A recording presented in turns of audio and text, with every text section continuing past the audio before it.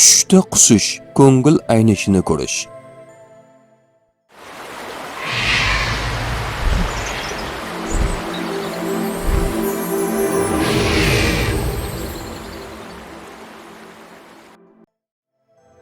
Ibn Sirin aytadiki, tushida bir kishi qusayotganini va qusquv oson chiqayotganini ko'rsa, tavba qilishini bildiradi.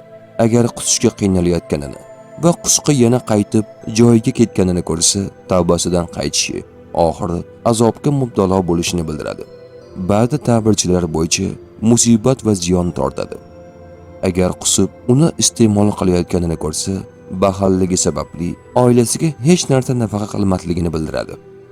Kirmoniy aytadiki, tushda qusganini va uning ta'mi achchiq va noxush ekanini ko'rsa, tavbadan so'ng yana gunoh qilishini bildiradi.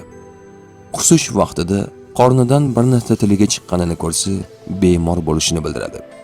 Agar balg'am chiqsa, kasallikdan shifo topishiga, agar ko'pgina qon chiqsa, mol topishini bildiradi.